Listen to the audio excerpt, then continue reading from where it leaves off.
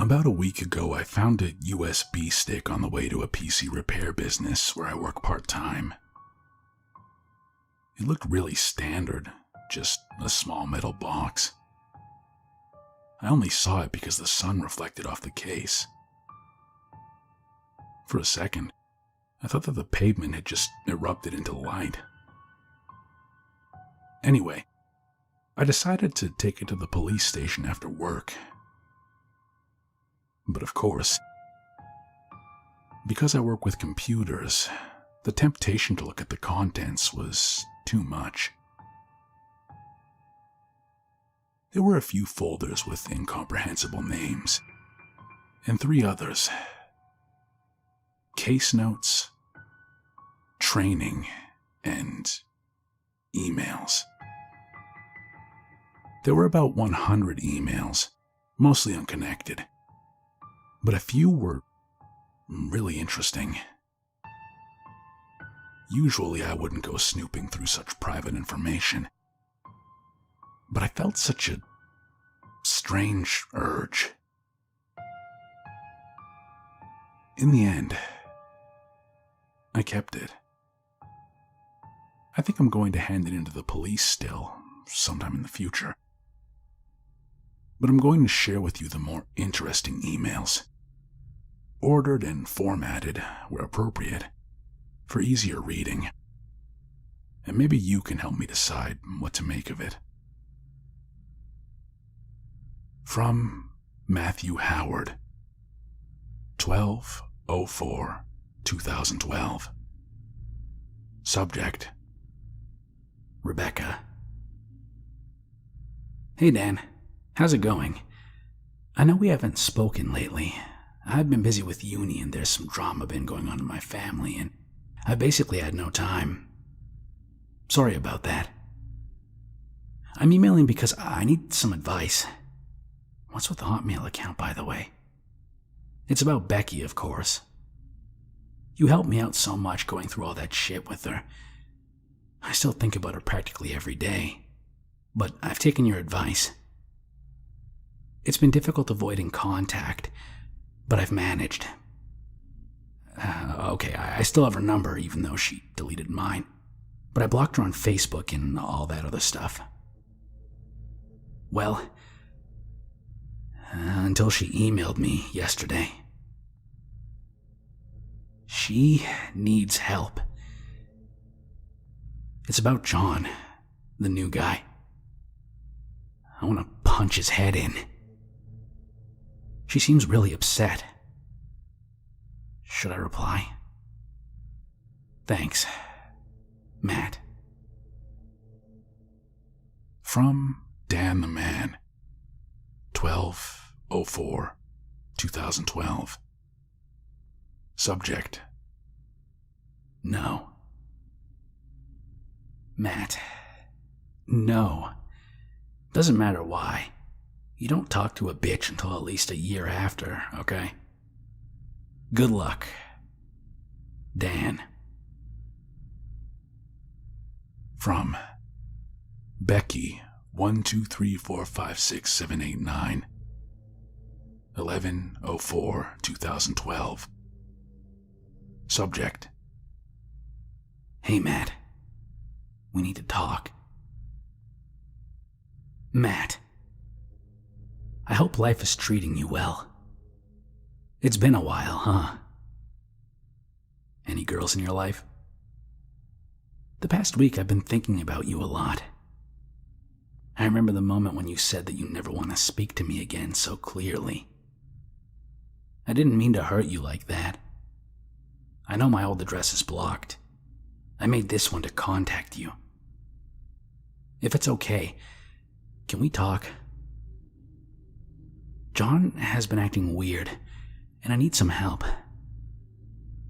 I'm asking you because, well, Matt, to tell you the truth, I'm getting scared of John. And you're the last guy I've been close to other than him for a while. I don't want to tell my friends because they might judge him. Am I becoming a stereotype? Okay, if you don't immediately want to delete this email, please keep reading and I'll explain, but if you want, continue to ignore me and I'll understand. And I really will never try to contact you again. Last month, John tidied up the bathroom. Sounds stupid, I know, but he really went at it.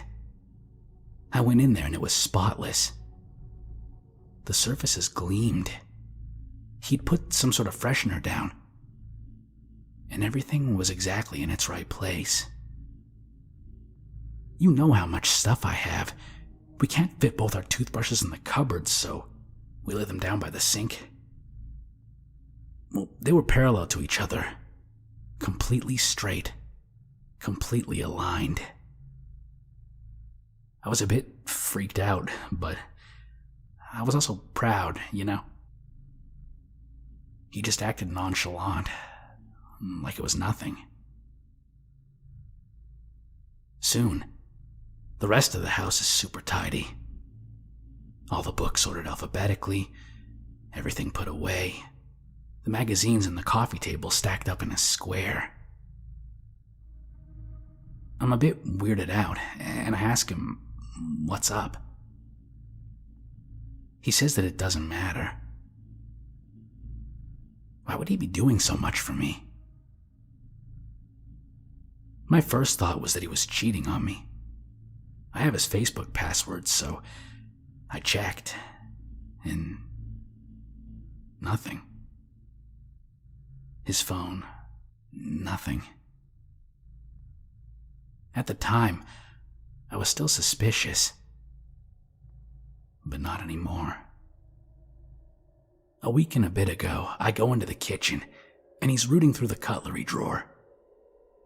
He's picking up pieces of cutlery, examining them, and laying some on the counter, and putting some back in the drawer. The ones on the counter are perfectly aligned. I asked him what the fuck he was doing, and he responded with, "We don't need all this cutlery, Becky. I'm going to throw these out." And I said, "John, I know that's bullshit." And he got really angry, really defensive. So I left. Last night I woke up at about 1, and John wasn't in bed. I heard him rummaging around downstairs. I snuck to the top of the stairs. Remember the coat hanger in the hall? We put a small bookcase next to it, and he was rifling through the books, taking some out. He was speaking to himself, whispering numbers and equations. I said, "John?" And he looked up. I asked, "What are you doing?" He said, "Honey, there are 75 books on this bookcase. That's 3 times 25, which is 5 times 5. It likes 5s. I was shocked and said, "What likes 5s? He said, "The long face," and then started sorting books again, ignoring me. I guess his behavior over the past month got to me and I snapped. I ran downstairs and shouted at him and tried to put some of the books back on the bookcase. He grabbed at me, Matt. He fucking grabbed at me. I couldn't move, he was so strong. He pulled his free hand back, and I thought he was going to hit me. He said very carefully, very slowly, "This bookcase needs 49 books. 7 times 7. It doesn't like 7s. It likes 5. Okay?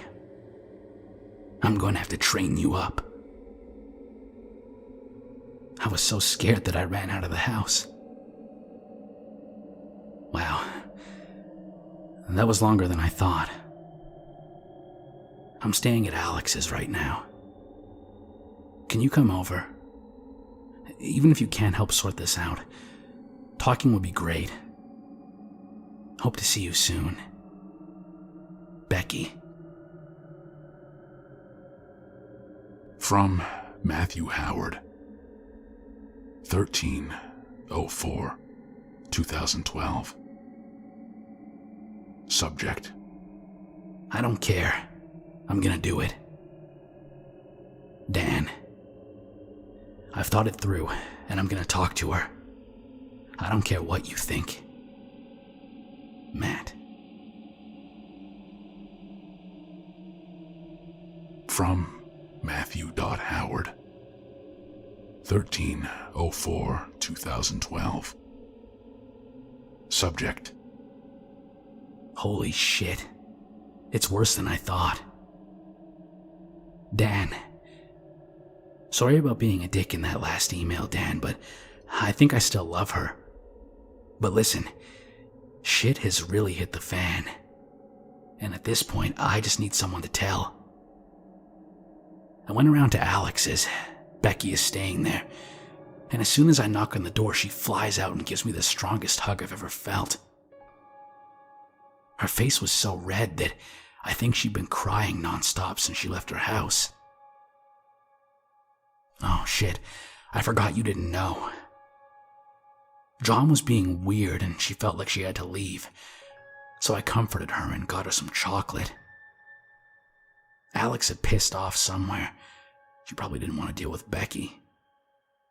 Once she had calmed down enough, she asked if I would escort her back to her house and maybe confront John. I was looking forward to that, let me tell you. When we got back to her house, she told me I should go in first. On the doorstep were 7 neat piles of books. I slowly pushed the door open and called out to John. There was no answer. Becky had told me before that the house was tidy, but walking in there freaked me out a little. It was like the house had no inhabitants, had never had inhabitants. We searched around and I kept calling for John, but he didn't respond. Every room was so tidy and put together. We were both on the edge of saying, let's just go. And then I checked the bathroom. There was a trail of blood leading from the sink to the bath. In the bath was John. He was so pale, his arms slit from palm to elbow. I almost threw up and tried to stop Becky from coming in. But she did.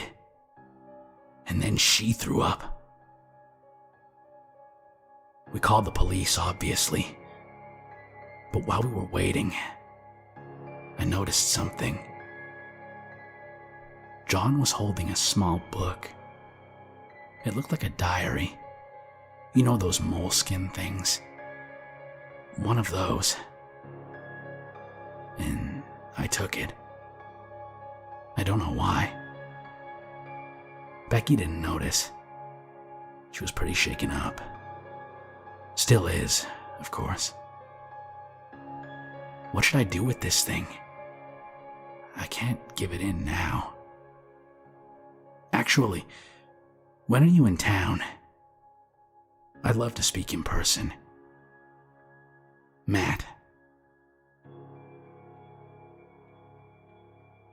From Dan the Man. 14/04/2012. Subject: Meeting up. Matt. Wow, that's fucked up. I hope you're okay, man.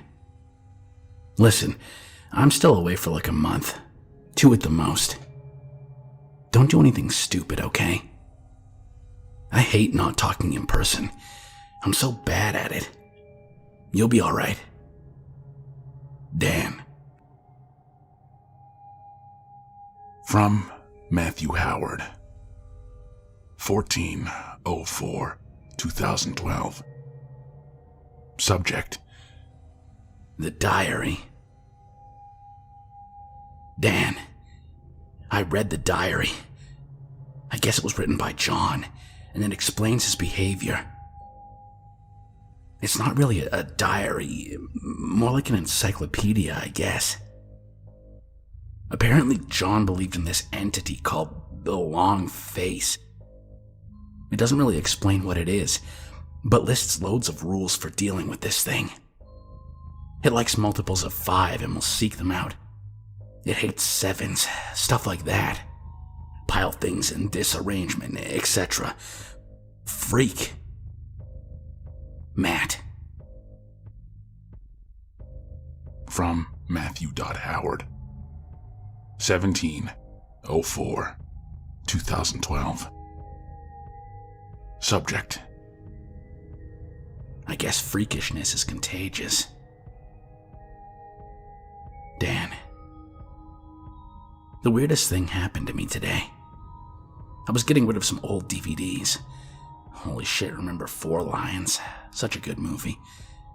And I noticed there were 5 DVDs on one of the shelves in front of me. It made me think of the Long Face. I laughed at myself, but as I went to put the DVD I was holding into the bag, I saw a face. On the bag, I mean. The 2 clips looked like eyes, and the opening looked like the mouth. Yeah, laugh if you must. I got 2 DVDs out of the bag and put them on the shelf. The face was gone after that. I probably knocked the bag into a different position. Becky's doing fine now. She wants to move out of her old house, but the contract lasts until September, so she's going to try and find some replacement tenants. I know it's really soon, but I think I'm going to ask her out again. We should get back together. What do you think? Matt. From Matthew.Howard. 21/04/2012. Subject: I think I'm losing my mind. Dan. Becky said yes. I took her to that Italian place you love and we pretended it was our first ever date. It was great, but listen, this long face stuff is freaking me out. I keep seeing it everywhere. I'll be walking along and a car will pass, and the front of it will look like a face. I keep seeing faces in the froth of my coffee, and the shapes that buildings make. I'm gonna make a confession to you, Dan. I've started counting things. The books and DVDs first, then cutlery. I think it's because I heard that John counted this stuff too. Everything has to be in multiples of 7. If they aren't, or even worse, if I see a multiple of 5, I see more faces, and each face looks angrier and angrier. As I'm typing this, I can see the speakers as eyes, the keyboard as a mouth. I know this bullshit's all in my head, but I can't help it. I'm having problems sleeping. Matt. From Matthew.Howard. 24/04/2012. Subject: It's getting worse. Dan, you know that drawer that everyone has, filled with all the shit in your house that doesn't have anywhere else to be? Well, it's been driving me crazy. I can't know if it's safe if I don't tidy it up. Matt. From Matthew.Howard. 24/04/2012. Subject: Becky. Hey, Dan. Becky caught me putting all the screwdrivers from the drawer in size order. She left. Matt. From Matthew.Howard. 26/04/2012. Subject: Why aren't you replying? Hey Dan, I was walking to work today. I saw a car face and I was scared. It was coming towards me and it looked like it wanted blood. I thought it was going to swerve and hit me, and that would be that. I figured out how to stop it though. It was red, so I started counting all the red cars. When I'm counting, it seems to get confused. As I was walking into work, I was at 20. I pretended that I counted one more, but it knew. Tomorrow I'm going to do blue. Matt. From Matthew.Howard. 28/04/2012. No subject. I just want this to stop. From Matthew.Howard. 2/05/2012. No subject. Why did I read the book? People need to be trained to repel the long face. They need to know. But why me? From Matthew.Howard. 2/05/2012. No subject. I counted the pages in the diary. 125. 5 times 5 times 5. Maybe the long face wants us to read it. What if I miscounted? 126 is a multiple of 7. I'll do it again. From Matthew.Howard. 2/05/2012. Subject: We had a good one. Dan. I'm going to burn the book, Matt. If no one can read about this, maybe whatever fucking evil it is will just dissipate. Hopefully my emails haven't been enough to trigger it for you. Don't come over, Dan. We're no longer friends. Matt. From Dan the Man. 3/05/2012. Subject: I'm coming over. Matt. I'm back in a week. I'm coming over. Why the fuck haven't you answered your phone? Dan. And that's it. There are no more emails by Dan, Matt, or Becky. I've thought about it for a while, and I reckon something happened to Matt. I don't know whether he succeeded in burning that journal or what might have happened to it if he didn't. But something must have got to him. I keep thinking about that last email. Why wouldn't he answer the phone? Edit. I tried to contact these people. It was a bad idea. Removed for your safety.